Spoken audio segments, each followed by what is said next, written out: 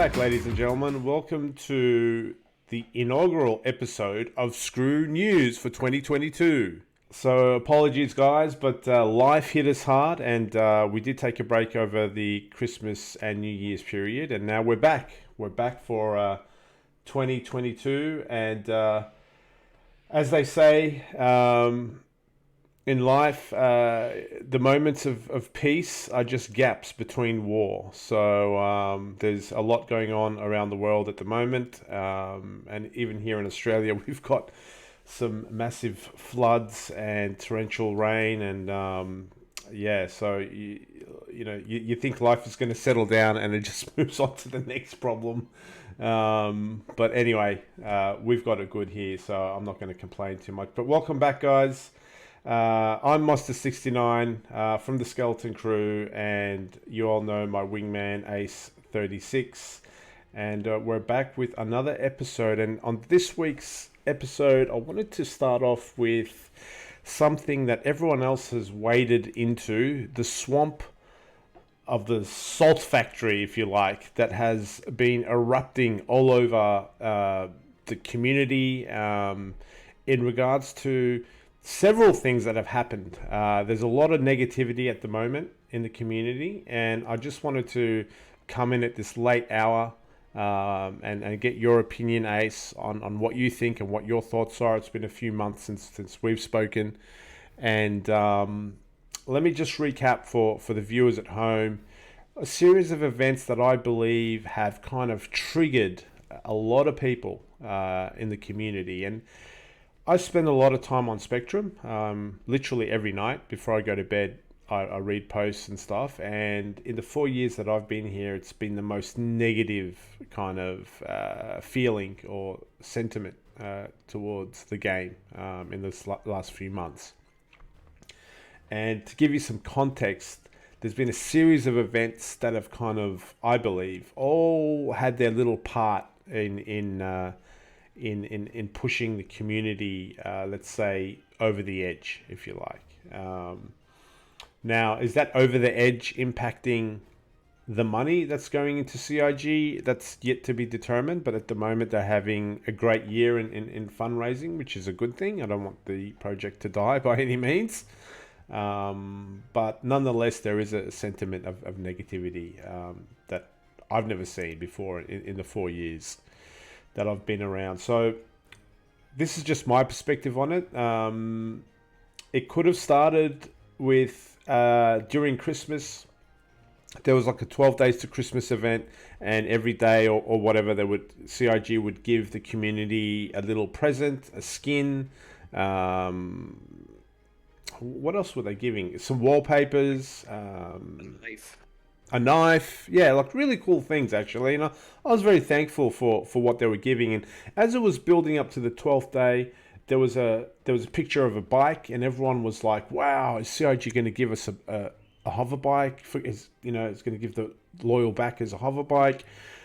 And then when it got to the 12th day, it was literally the offer to buy a bike from CIG, and people kind of blew up and didn't really appreciate it. So that was one of the things that happened. Another thing was there was no Christmas communication from Mr. Roberts during Christmas. Usually he sends out a letter just sort of summarizing the year and thanking all the backers and stuff, and so he didn't do that, so that kind of annoyed a certain segment of the community even further. And then we waited for the new year, obviously, and the first roadmap roundup, and that got delayed by a week, and everyone was like, "Ooh, this is going to be either really bad or really good," the delay. And then, as we all know by now, I'm sure if you guys are Star Citizen, part of the community, communication came out from CIG that, in my opinion, the tone was quite condescending, to be honest. As I was reading it, I was like, is this an April Fool's trick, or is this for real? But it was along the lines of, look, guys, you guys are taking the roadmap too literal. Game development is too fluid. There's too much negative noise. So therefore, we're going to essentially get rid of the roadmap and only tell you what's coming in the next patch. And that kind of caused a nuclear explosion to happen amongst the community. And then a few days later or a few weeks later, they changed the CCU rules, and the CCU is the, for those that don't know, is the, upgrading, buying of ships. It's a mini game within itself in Star Citizen, and they changed some of the rules and stuff. I'm not an expert on it. I don't use buyback tokens and stuff, but it kind of was less consumer friendly. I think, roughly speaking, if you had a ship that you melted or something and you bought it at a certain price, and that price went up, you were able to buy that ship at the price that you had bought it for originally, but they got rid of that rule. So if the price goes up, you have to pay the new price for it. I think something along those lines. But it wasn't consumer friendly, and it wasn't communicated. I don't think it was kind of like in the terms and conditions or something that someone found it and brought it to the attention of the community. And again, these series of things have caused the community to kind of go really, really negative or sour on the project and CIG, and all the YouTubers and everyone's got their own opinion and stuff. So I just wanted to bring us in for the new year, unfortunately, and talk about the salt mines of CIG, and get your take on it, Ace. Sort of reflecting back on all these elements. Honestly, was any of them that disappointed you? Are you meh about it all? Or did you get angry at any of them? Or like, what's your opinion? I didn't get angry, but yeah, I think some of the things could have been avoided if communicated differently. Or let's start with the hover bike thing and the Christmas calendar thingy they had going with the 12-day giveaways. Yeah. I think they could have avoided the shitstorm by just changing the order in which the stuff was given away, like have the JPEGs on the first days and give us skins and the knife as, I like it. the final thing. Yep. That would have avoided everything. But yeah, giving you I mean, it's like that in the Christmas calendar or something. At the final day, you get like the biggest piece of chocolate or whatever. Yep. And this was like, here, you get a JPEG.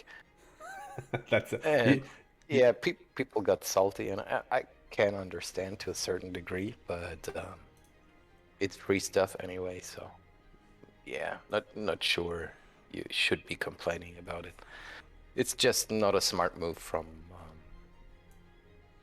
CIG. Yeah, from the order they put it, really. Yeah, that's a good point. That's a good point. If they just came out day one with, here's a hover bike that you can buy, there you go, and then day two give us skins and knives, day three and all that sort of stuff, like actually give us wallpaper. Like I love when companies give me wallpaper or artwork. If they give me artwork, man, I value that a lot. Like give me Jeremy's artwork of a Tavarin or something to put on my wallpaper or print out. Not asking for much, but and if they should have just done the hover bike on the first day, that here you can buy it for $150, for example. And then on day two and three, I could have also gone with maybe for the last day. Okay, here's the JPEG of the hover bike, and this is a voucher. You get like 10% off. That would also have worked, but nothing in that regard was done. It's just a JPEG, and yeah, I can understand people getting mad about it, but at the same time, it's just free stuff. So yeah, I did find it arrogant. I think that was my problem with it. It's like, here on the 12th day of Christmas, you have the honor of buying a product from me. And if it was any other corporation, like an EA or all these other publishers that, I'm sorry, but a lot of white knights in the spectrum keep hating on these other publishers. I'll be like, if they did that to you, you guys would be up in arms, like enraged, if EA did such a thing. But anyway, you have a very elegant solution to it, though, Ace. I like it. They should have just swapped the order and Yeah, that would have done it. I mean, yeah. you'd still get the free stuff. They still get their promotion on the way, and everybody would have been happy. But yeah. Decisions. And what about no communication from Mr. Roberts? Are you a I'm like Roberts is important to me in this project, or even if he leaves tomorrow, doesn't communicate ever again, you're cool with it?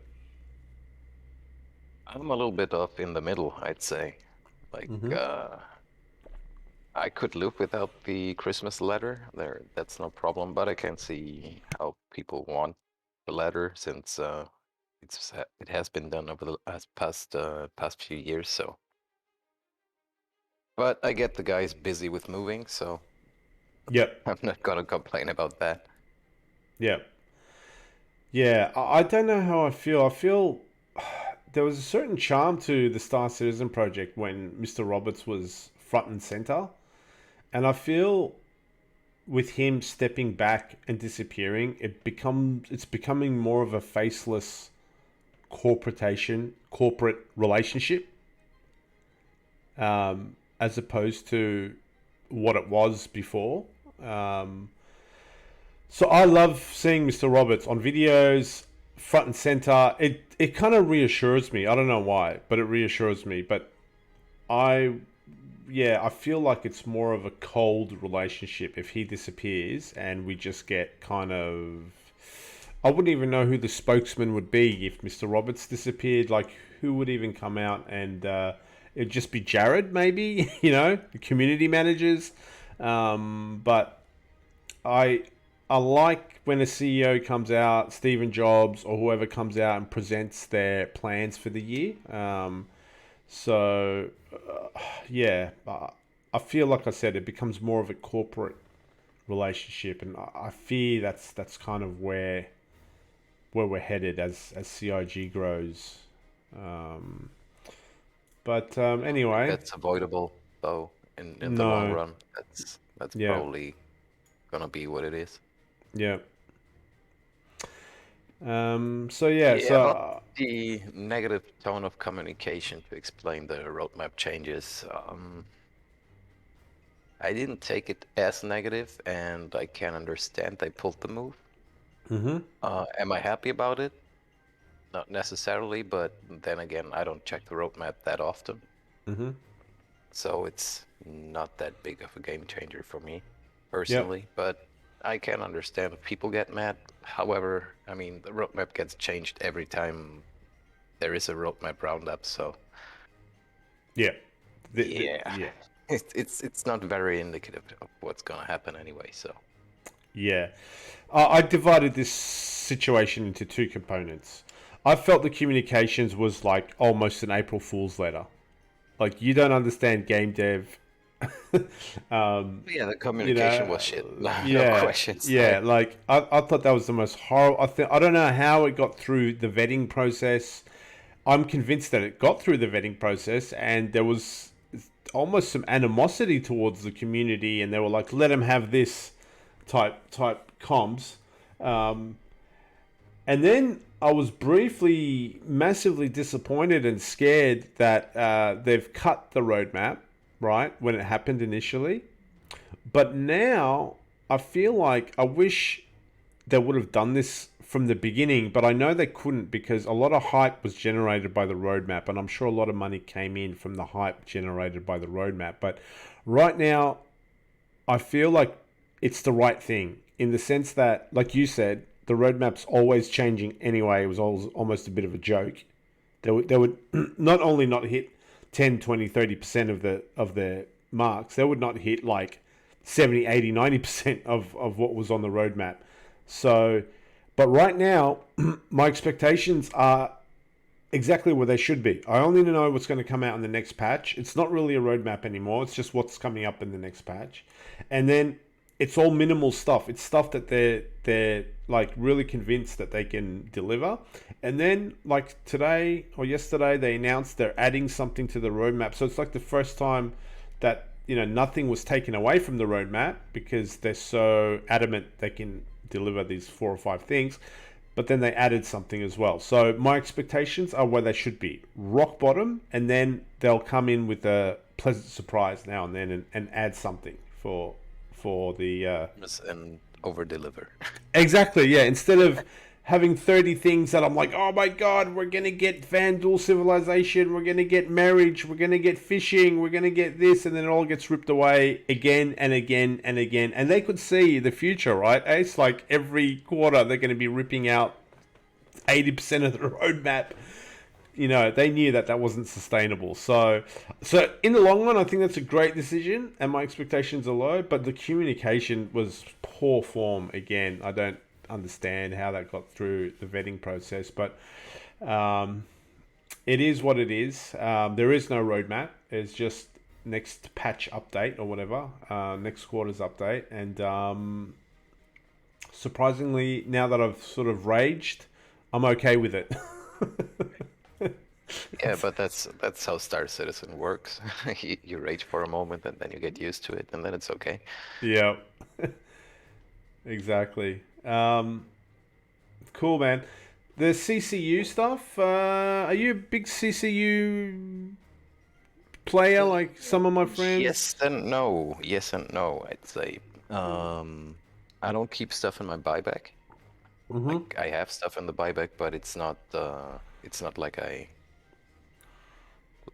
I'm building on being able to rebuy it at some point for a certain amount of money. That was never the case for me. I always bought the CCUs I wanted and kept them in my hangar. So Yeah. it doesn't hit me as hard. But yeah, I have a couple of friends who were playing the buyback game, so to say, and we're buying and melting stuff, and just to have it in their buyback for a fair price. And yeah, those guys were raging. Really? Okay. So they were angry. Yeah, and I mean, I can understand to a certain degree, but if you really want to have something and are so emotional about it, yeah, just buy it and keep it in your hangar instead of melting it right away just to buy something else and Yeah. the collection of things that you potentially can get back. It was in the terms of service that they would change it at some point or that prices could change for Yes. the buybacks. So Yeah. not really a point where you could complain. I mean, Yeah. yeah, it was not communicated as usual. That's a problem. Again with the communication. CIG, come on. Bit of communication. I think, dude, CIG is blessed with a community that's got their back like unbelievably. And all they want is a bit of communication. That's And that. the right kind of communication too, because yeah, Yeah. You could. It's such a robust community, though. Like really mature, loyal. They'll give. I don't know what thousands of dollars. Some people might not even be able to afford the money that they give CIG, but they just want like exactly with the terms and conditions. Sure, you might have it in your terms and conditions that at any time we could change these terms and conditions. But when you do, other organizations send me an email, Ace. When yeah, they just send me an indeed. email. Like it's not hard.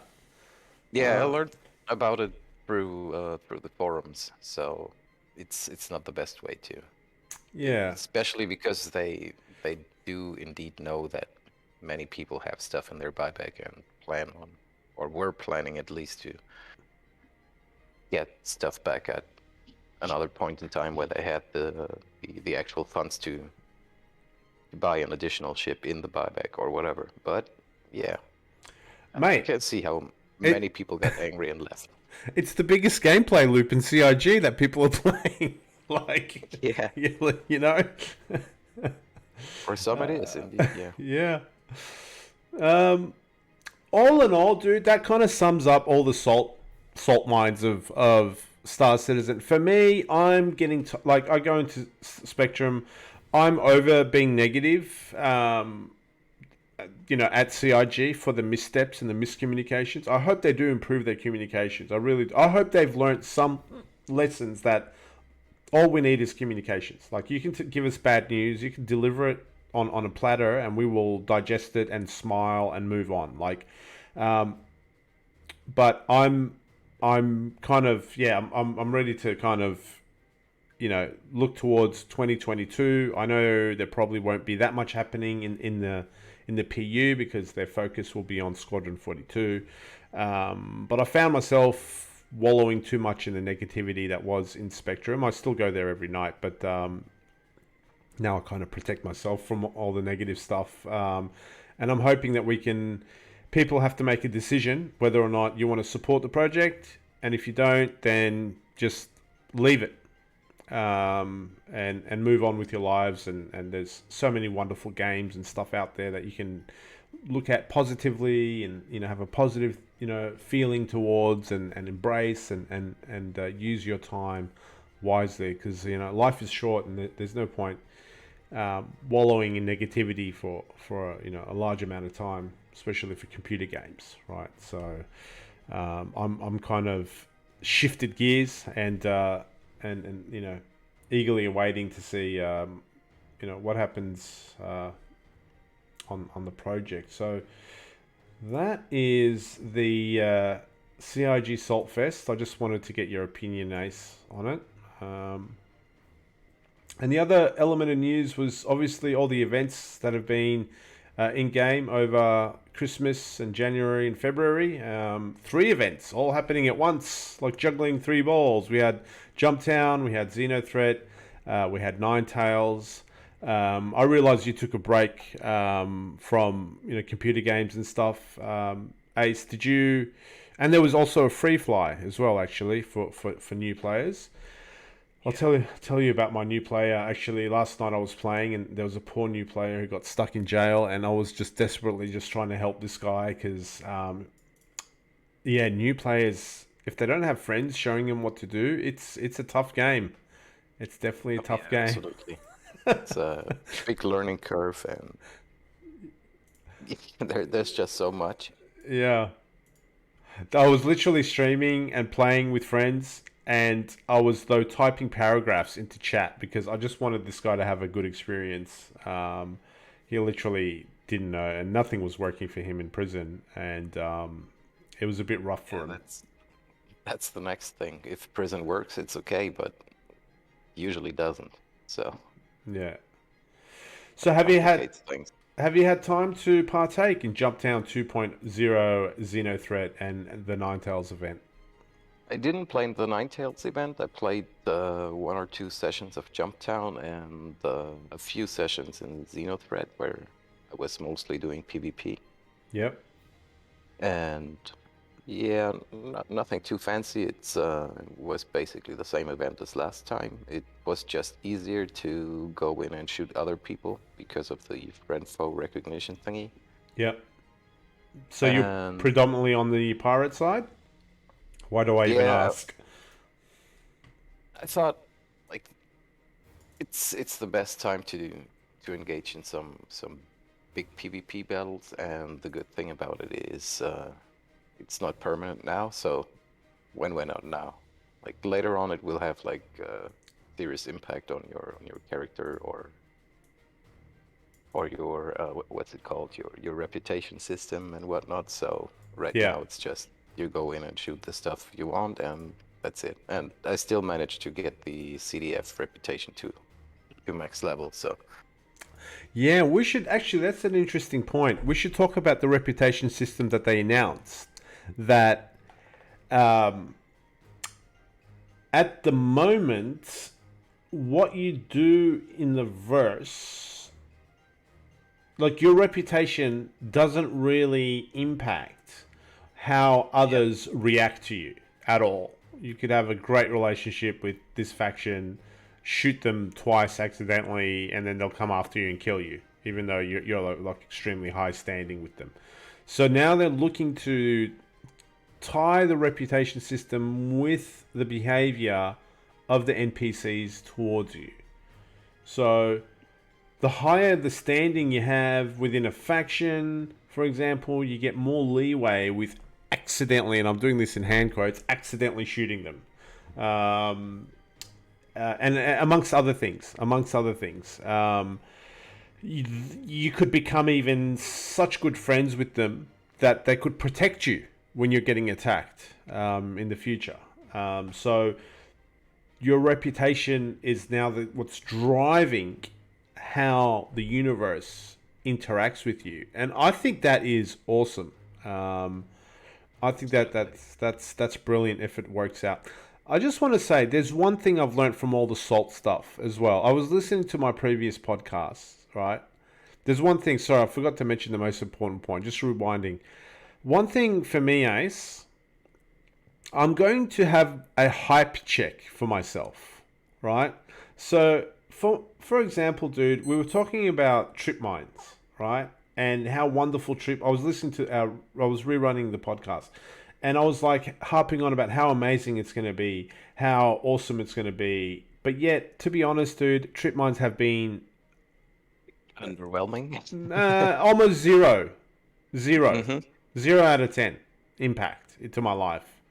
Yeah, indeed. Right, and I was listening back to the podcast, and I was like cringing at myself, like, man, I'm overhyping this, and that's the last thing I ever want to become, is like a hype man for this, right? That's not my style. So one thing I've learned from all these events, from our first point of the Salt Fest, if you like, is that I'm going to do a hype check. So I tend to get a bit hyped, and then it doesn't eventuate. So anyway, moving on, I forgot to mention that was the lesson of all those events, is personally going to, kind of temper my hype and keep it for when I see it. I'm going to believe it when I see it.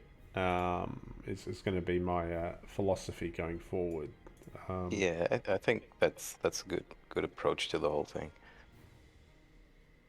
So back to Jumptown, Xenothreat, Ninetales. Do you have? So Jumptown was good. You were getting in there, and it was very active, and you were battling other players and stuff. Yeah, I was only doing PvP. I didn't go in for the money or for the drug collection and forming conga lines. No, I went straight for the PvP all the time. Yeah. Which was fun. I mean, let's be honest, good PvP is fun. Absolutely. Yeah. And do you have a favorite between Jumptown, Xenothreat, and Ninetales? Yeah, I'd say Xenothreat just because of ease of accessibility, and yeah, it was the most fun one. Jumptown was always a bit like you took the comms array down, you could just murder hobo everyone. That was a bit extreme. Yep. Yeah. So yeah, I think Xenothreat was more entertaining. Yeah. I like Jumptown, I think, because I mean, I wasn't as ballsy as you on Xenothreat or Ninetales. I was always on the good side. Whereas on Jumptown, there is no good side. It's just people battling. So I ended up getting dragged into some really wonderful situations in Jumptown. Funny stuff as well. Lots of funny stuff.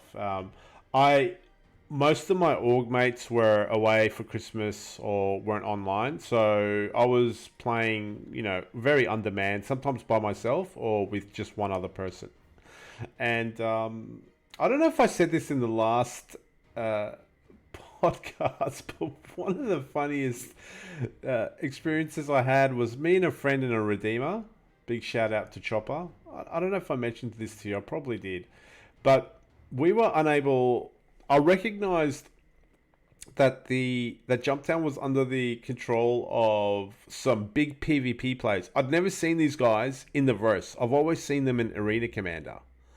And these guys were hired by other people to control Jumptown. And I recognized their names.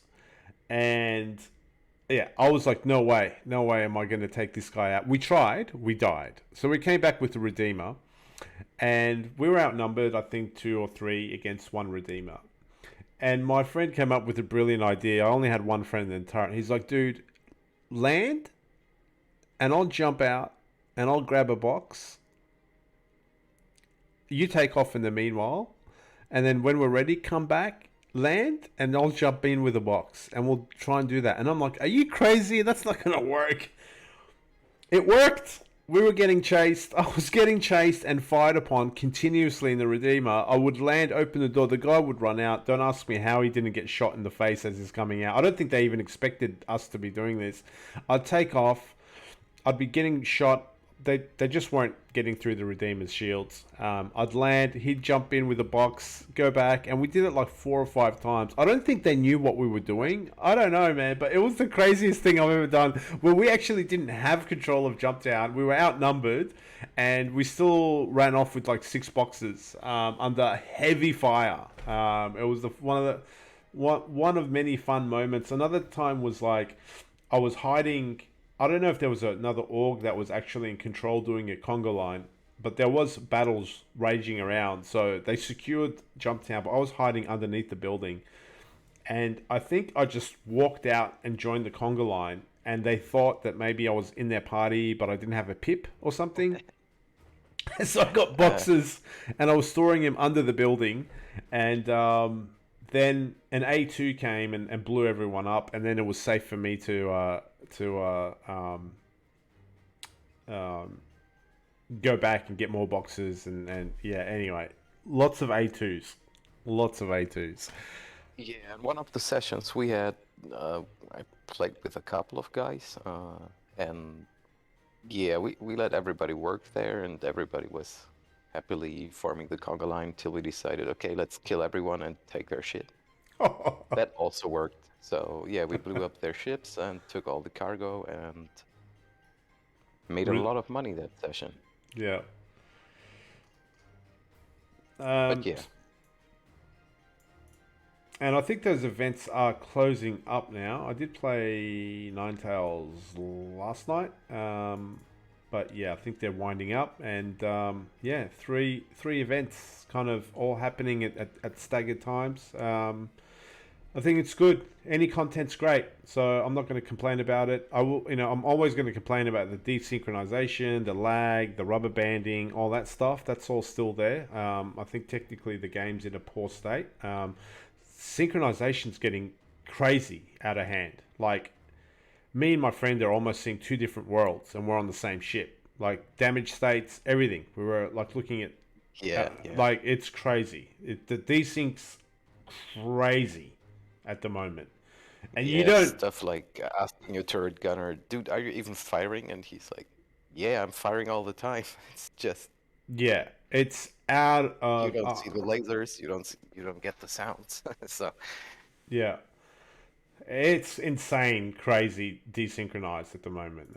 And if this is going to be an MMO, that stuff's got to be fixed. But anyway, there was a kind of Valentine's Day competition I entered. I didn't win it. The Koramore competition. The winners have been announced, and also to sort of celebrate the Valentine's Day, pink and purple skins for certain ships was made available, which I quickly bought one of those skins for the Nomad. Probably going to talk about the Nomad in another episode, because I have been trialing it, Ace. It's a good ship. It is. It's a good ship. In fact, it's a great ship, and I've melted it. Might as well get into it. I've melted it, but I've sadly melted it because I freaking fell in love with it. But there's one bit. Look, it's a light freight ship. I know that, right? But the reason I picked it up was because I heard that it's got great dogfighting potential, and it's like a dark horse. Actually, it's got 3 size 3 turrets like a Gladius. It's got 3 size 1 shields, and it can do cargo, and it can carry a vehicle. So I was like, man, this ship is like, could potentially be the ship that I use the most. And I fell in love with it, man. And I still love it, dude. I freaking love it. And in space, Man, I got a few PvP kills in it. Um, it flies well. It flies well in space. No complaints. The capacity pool is a little bit small for the charge of the weapons. It's smaller than other fighters, but nonetheless, amazing. An amazing ship. Why I melted it, dude, and you might laugh at me and say, well, Moz, it's not a fighter, and I agree, it's not a fighter, but I came at it at an angle of it maybe being my main fighter. Because that's what I'm trying to settle on at the moment. I only want one fighter, Ace. I don't want 3 or 4. I want one light fighter, one heavy fighter, and that's it. Right? I don't want to have 3 or 4 light fighters and 3 or 4 heavy fighters. So my heavy fighter hopefully will be the Scorpius, and I'll fall in love with it. And my light fighter, I'm undecided at the moment. I've got the Anvil Arrow, which is my favorite at the moment, and then I was hoping the Nomad could replace it. But I'll tell you where it fell apart for me, dude. Atmospheric flight. It's horrible. It's not that bad. Have you flown the Hawk in atmosphere? I haven't flown the Hawk, no. Well, in Atmo. Is it that bad? Yeah. Wow. Okay, because I I flew thought... the Nomad afterwards and was like, oh, this is a really good ship compared to the Hawk. Wow, dude. Because let me tell you, obviously the Arrow is amazing. Buccaneer is great in Atmo. Mate, the Cutlass is way smoother than the Nomad. Yeah. I was joking. It was horrible, man. I could not defeat any, I was doing VHRTs, against 3 or 4 AI. And yeah, the AI is a little bit better now because I'm finding there's only like 10 people on a server these days, in Australia anyway. But mate, I don't know, man. I welcome you to give it another go in Atmo and let me know, dude, because I don't know if they changed something. I'm telling you, it was horrible, dude. I was wobbling. I couldn't even shoot straight. Like, I don't understand what was going on with it, but yeah. Anyway, that was my journey with the Nomad. So I kind of melted it as I was crying. Oh, I don't want to melt this. But I said goodbye to the Nomad. And again, it's not a fighter. It's a freight ship. But, yeah. Still one of, if not the best starter ship you can get, really. Agree. 100% agree with that. Absolutely. So, yeah, I got the purple skin from Valentine's Day from Coramore. So they had a competition about Coramore, and Coramore's a guy that, like, it's a guy that, like, he lost his love, and he was trying to reunite with his love, Yuri Ilyin, and... Oh, no, sorry. It's about Yuri Ilyin disappeared trying to reunite with his lover, Corazon Tan. Okay. And... Can I ask you something, Ace? Do you... How can I say this? So do you like the fact that CIG's approach to law is literally get all our holidays today and just make them... I fire them up. It's a bit cheesy. Yeah. Like Valentine's Day, Coramore, we change. I mean, I can imagine it happening, I suppose. Like a great love affair happens in the year 2949 or whenever it happened, and this very famous love affair happens, and then they replace Valentine's Day with that because it has to do with love. I mean, I can sort of see holidays evolving as well, I suppose. But, St. Patrick's Day... the Chinese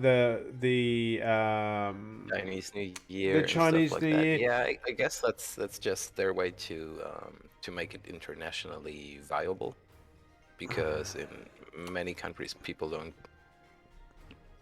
give much attention to either Valentine's Day or St. Patrick's Day or whatever. It's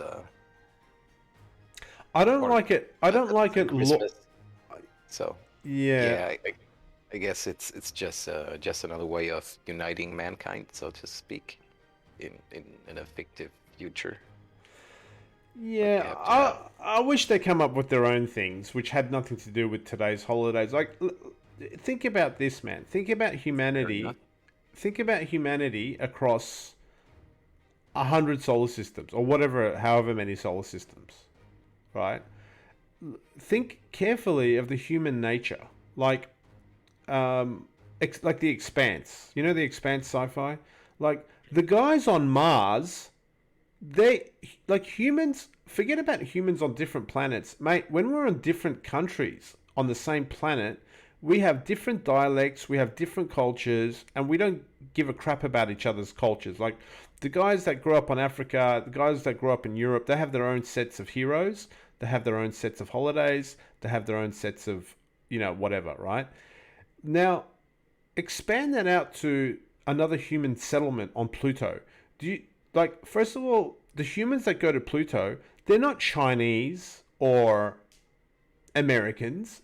There would be a mix of humanity that goes to Pluto, and then they would genetically mix over an amount of time over centuries, that at the end of it, they would just become Plutonians.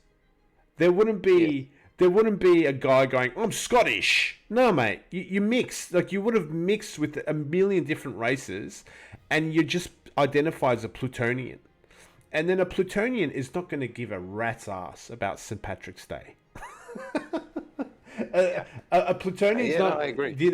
A guy in Terra is not going to give a rat's ass about the Chinese New Year, or Christmas, or this, or that, or whatever, So I feel it's unimaginative that they just use today's holidays and just transpose it. I mean, I can see it as a marketing thing, just to sell ships to different people today on planet Earth, but I think I have to agree there. I think it's selling out a bit of the lore, It's selling out the lore for marketing, and I'm not really a big fan of it. But anyway, Coromore, Valentine's Day, pink and purple stuff. I unfortunately didn't win the competition, so we'll just move on. Some more news is rivers have been announced, or a river has been announced in the latest Inside Star Citizen, which has been added to the roadmap. And we're going to go through the roadmap as well, guys, next. So just to sort of lick our chops for things that are 100% committed or 90% committed. Let's go with 90. 90, yeah. This could change, but the chances are, the odds are with us, ladies and gentlemen. The odds are with us that we will see this stuff in game. But so rivers have been announced, or a river has been announced from Microtech. Again, this is where I'm going to do a hype check. I was reading Spectrum, and some people were like, "Oh my god, this is going to be so amazing." My fear is, I hope it's not a river in Microtech that stays a river in Microtech for the next 5 years. I hope it's a river in Microtech that becomes many rivers quickly, everywhere. In Hurston, in wherever, R-Corp, wherever. I hope it's not just something that's put there and then we move on, like trip mines, and it just becomes, water off a duck's back. But you're going to be able to walk into the water with your helmet on and at least have a look around. So I already was disappointed about that little bit we saw in the video where the guy walked into the water and was just moving at regular speed. That was like, yeah, it's very tier 0. It's almost tier -1. yeah. It's like tier -1. Like, yeah, there was nothing special about it. And again, some people on Spectrum were like, wow, it looks great and stuff. I was like, nah, man. Like, if you want to talk about water tech, go play Sea of Thieves, because that water tech is fucking outstanding. I've never seen oceans and stuff, because that's what the game's focuses on, is obviously. But to me, hype check. Hype check. Yeah, definitely hype check. Because I've seen really good water in other games, and even games like Valheim that are not really visually that impressive had like really cool water. So yeah, they gotta see about that. Hype Make check. it nice, CLG. Yeah, make it nice, and make it make it a lot more than one river. Like next patch, add another 5 rivers. Next patch, add another 7 rivers. You know what I mean? Like that's progress. Not one river and then we don't see any rivers ever again for years. We're never going to get done at this rate. All right, guys, let's switch over from news items to the main piece of the podcast, which is just having a look at 317. All right, Ace, are you ready? I'm going to go through one by one. I'm ready. Let's go. Let's go, buddy. So, item number 1, we've already covered rivers. Oh,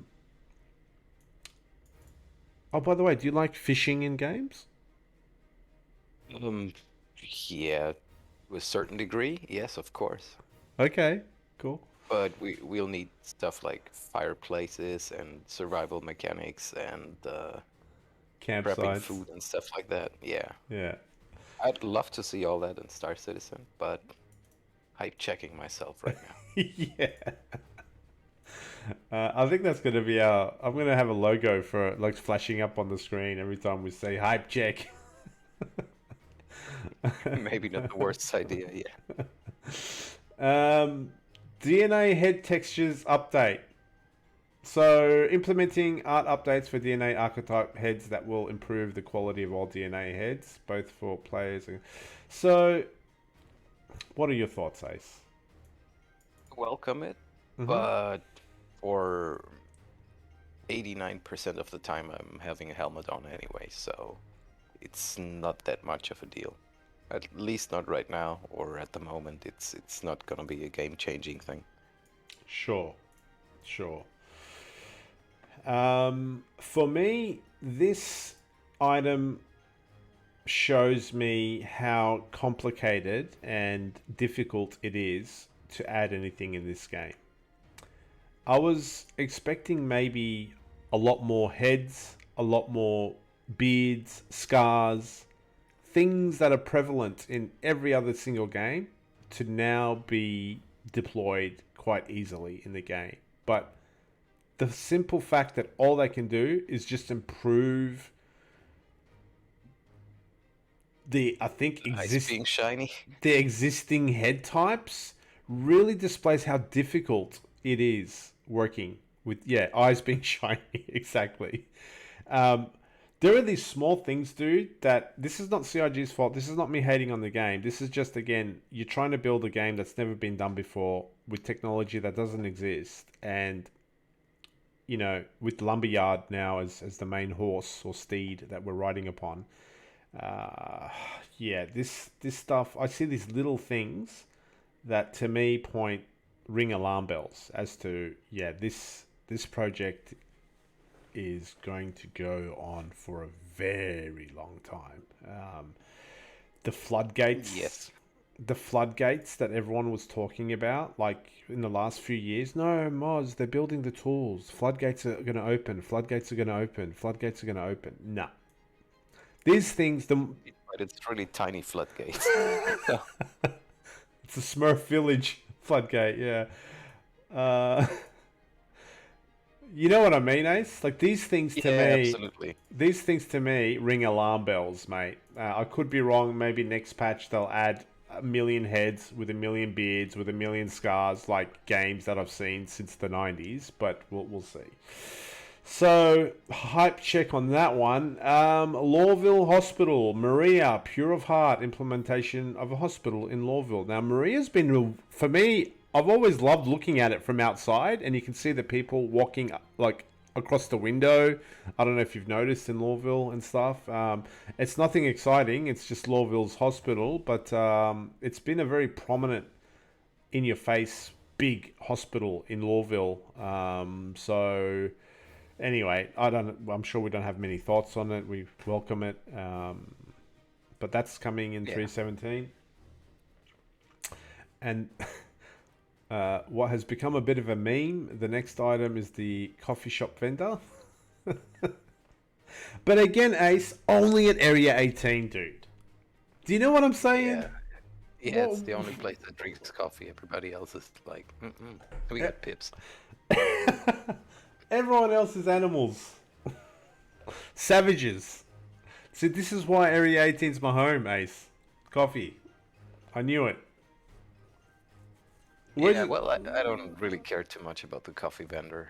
You can already buy coffee in cans in any, pretty much any, what's it called? That food area, food court Yeah, in the stations. They yeah, usually all have coffee cans, so yeah. great, we get a coffee vendor. Well, I wonder if there will be any improvement to the bartender and coffee vendor AI in the process of them implementing this. If it does improve it, then I'll be mildly hyped and impressed. But if they just add in another broke vendor that stands there and breaks every time you interact with it, then again, yeah, it is what it is. And it became a bit of a meme, the old coffee shop vendor, when they axed the roadmap. They said, "But we're gonna add the coffee vendor," and people raged hard. Mining gadgets. So again, mining gadgets will help to modify the rock and assist the player with mining a deposit. The player can attach a device physically to a mineable deposit in FPS to modify its stats. So, any takes on this? I know you're not a miner, Ace. Mining is for prison. I love it. True pirate. That's my only take, and even there, I don't mind. So Miners is for suckers, yeah. um, so for me, as a miner, or I haven't mined because it barely works, but I try to mine. As a miner slash logistics guy, for me, this is more for a lone prospector. The guy, because prospectors can't, they got a size 1 mining laser. Um, the mole, obviously, have got, 3 size 2s, so you can really tackle the difficult rocks and minerals. But when you're a lone prospector, even with the best mining head and consumables as well, you might have some challenges. So this might be able to allow you to tackle more difficult targets, if you like, and mine more valuable resources. But you'll have to land, get out, put this thing on, da da da da da, configure it, and then jump back in your ship and do your thing. I'm not sure if this helps actual FPS miners in any way. I don't know. I don't think so. Because FPS mining is very simple. You just do, your Hadonite, Aphrodite, and Dolvine, and you use your multi-tool. I don't... So the only situation I can think that this will be used for is a single prospector pilot. I don't really know what else the miner... I mean, I'll welcome it as a miner. It adds another layer. But I'm just thinking it'll be interesting to see what scenarios. If anyone's got any ideas and stuff, please, below in the comments, you let me know what scenarios you think these gadgets would be used for other than a single prospector pilot. I'd really like to know. And then, actually some good stuff. The next item is ship-to-ship refueling. To me, this is a game mechanic. This is exactly what I like to see come into the game. Not more ships, but mechanics. So ship-to-ship refueling is a career. So super excited about this. I have no idea what it's going to look like. It's going to allow players flying specific ships to refuel other ships and get paid for it as well. So, Ace, your thoughts? I can see it being relevant for, especially for criminal players, because in certain areas you are out of luck, so to say. If you have a crime set 5 or whatever crime set really, you can't land at the stations to refuel and whatnot. So I can see that working and making the fuel tanker player make some money, because there's always need for refueling, and yeah, I'm not sure how far it will go, if it's just fuel or if you can actually rearm and restock your ship. Yeah. from a Starfarer. But Yep. yeah, I can see this actually being used in the game right now as it is. Yep. And what do you think it's going to look like, Ace? Is like at the moment only the Starfarer is a ship that can refuel, right? As far as I know, yeah, at the moment it's just a Starfarer. I guess it's gonna be like in planes today when they get no, when they get refueled midair, So where you there'll be a just hose flying you out the back, and you have to align with it and plug in your plug and get fueled up. oh, so you're predicting like extra animation being added in, like bits and Yeah, I'm not like a sh- yeah, hose maybe, coming out. maybe. Okay, Yeah, I'm not sure if it's gonna be a hose or you just park next to it. connect. Yeah, something like that. Yeah. That's what I imagine at least. I So mean, what I heard was they're gonna be using some sort of tech that's similar to the docking mechanics for the Merlin on the Connies. right. Yep. So yeah, maybe a little mini game of you have to attach your ship to the fuel ship, and but what So, it's gonna look like, no idea. I assume it's gonna be some sort of hose that comes down or something. because that's huge, right? What you're saying, because all these different types of ships, 890 jump, hammerhead, arrow, these are all different size ships, and for the Starfarer to be able to connect to them all, that to me, again, I got to see it to believe it. I got to Yeah, see it to definitely. believe it. Other than that, the only thing I can think of is you park next to it in space, you just float within 100 meters or something, and it just magically refuels your ship. Because, mate, that other alternative of plugging a hose fuel uh, into fuel tanks of other ships, wow! If that happens, mate, I'll be well impressed. That would be cool though. But dude, this thing that you brought up, I didn't even think of, mate. Because I've been sitting there scratching my head. As we all know, Stanton has got a lot of rest and relax and gas stations everywhere, and you rarely run out of fuel. Even though I did run out of fuel on stream like 3 days ago, but that was just me being stupid. Um, there's not a real need for someone to refuel you. I came up from a miner's perspective, one scenario, which was not sure if you know, Ace, but the mole really burns fuel, and Oh, yeah. sometimes it's a race against time when you're mining. So having a Starfarer come out and like top you up is freaking great, right? But your point about the whole criminal underground who can't land anywhere except Grim Hex have now got this ability to be able to live as an outlaw and refuel using services provided by other players is freaking awesome, man. It's like a black market fuel economy. I love it. I freaking love it. Yep, I'm betting I gotta love it too because no more teleportation based on suicide. Yeah, it's You know? awesome. That is, I didn't even think of it, Ace. But that's why I've got you, mate, the badass pirate, so you can inform me of this stuff. So that is a mechanic, guys, and I'm super stoked that's coming in. That's exactly the stuff that resonates with me as a Star Citizen fan. And in fact, this other item that I'm going to go through is another mechanic in my books. And this again, we're getting two mechanics in 317. I know this year's is going to be a massive drought, but two mechanics in a patch is super good for me. And that is selling items to shops. Now we have a reason to loot. I hope they add Ace. I hope to God they'd be so silly not to, but add selling items to each other.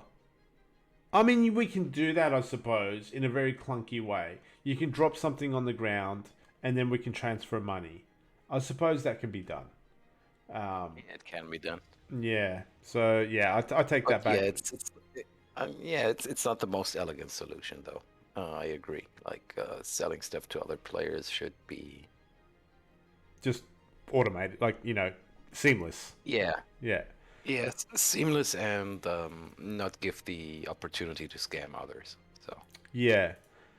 Yes. Exactly right. Exactly right. But anyway, selling items to shops. I know everyone's a millionaire, and you know all the economy is has to get balanced at some point. These events just make everyone billionaires, and a lot of my friends don't care about money. They're all got millions of dollars, but you know that'll all balance out. And when it does, then we'll have a great reason to loot, sell items to shops, make money that way. But the thing that, like I said, really, imagine an economy that was really tight, like nicely balanced, where, you know, you didn't have millions of dollars, you had thousands of dollars or whatever. And there'd be like a player, let's say he was a pirate like yourself, who had amassed, you know, 100 P4 AR machine guns. And he could literally log in and on chat say, hey guys, I'm at Grimhex. I'm selling P4ARs for a tenth of the price. And then you go and you buy your weaponry off him as well. Like, things like that would be freaking awesome. But A mate who's doing just that. He's selling sniper rifles in on Grimhex. wow, there you go. Yeah, it can be done. It's not loot, it was accidentally bought sniper rifles. So Okay. But I digress. This functionality is selling items to shops, which again, it might be, with the amount of money that people are making, it might be meh. Like, it might be something you do at the beginning of the patch and then you totally move on from it at the end, because the economy is not balanced at the moment. People are making millions of dollars doing Congo lines at events and stuff. So still having the ability to sell loot is kind of essential for any game where you can loot. In my opinion, it should have been there like right from the start. It's that important. yeah, agree. And I'm happy. Like I said, it's a mechanic that's coming in. So wonderful stuff. And then to wrap it up, 2 ships are coming in 317. By the way, at the moment, we haven't got any news on whether 317's in Evercardi or not yet. So we're waiting for that to happen. But there are 2 ships coming, and one of them I own, and I cannot wait for it to come out. It's the RSI Scorpius, the X-Wing. It's RSI's heavy fighter. So I suppose it goes up against Wardens and stuff. And Hurricane is a medium fighter, Ace, or a heavy fighter? I think it's classified as heavy fighter. Heavy fighter, yep. And Infernos, obviously, I think a heavy fighter. So it's kind of in that class. Do you own one, Ace? Yes. Yes. Oh, cool. Awesome. I do. And yeah, I'm also looking forward to trying it out. The only downside I see to the ship is the big wings and the location of the guns. You might lose them really quickly, but otherwise it looks like it's gonna be the new punching glove. Yeah. You know, I hope they fix this whole, like, some ships break and some ships don't break. I find it, like, the Talon and the Buccaneer break really easy. And not that they shouldn't, they should. But then, like, the Gladius or whatever doesn't break. Like, that should break too. You know what I mean? Like, its wings should fall off or whatever. But anyway, that's all. That's all. Wings falling off is not the problem. The problem is that the guns are on the wingtips. That's yes. You might lose a gun relatively quickly, but yeah, it's probably not going to be that impactful. Yeah, I mean I'm undecided if I'm gonna keep it or if I just go back to the Hurricane because I fell in love with that ship. Yep. Hurricane's devastating. A manned Hurricane, man. I'm running. It's dangerous, yeah. Yeah. Now, I know the ship matrix is as reliable as I am, which is extremely unreliable. But it's indicating at the moment, man, it's saying that it's got 2 small shields.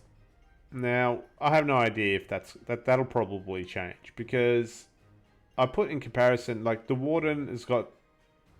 So that's 2 size 1 shields. The water's got 2 size 2 shields, right? So it'll be interesting to see if indeed it's got pretty much the shield build of a light fighter, because that's what it's saying at the moment. And I hope that's not the case, especially with those exposed wings. We will see. We will see, and it will probably get nerfed because, as we all know, at the beginning the ships are always a little overpowered. Yeah. Well, I'm hoping it gets Then they get buffed, nerfed. bro. It's got 2 size 1 shields, so I hope they can't nerf it anymore. Well, they can always take one of the shields out. Oh, God. It's got the same shields as an Aurora. There you go, heavy fighter.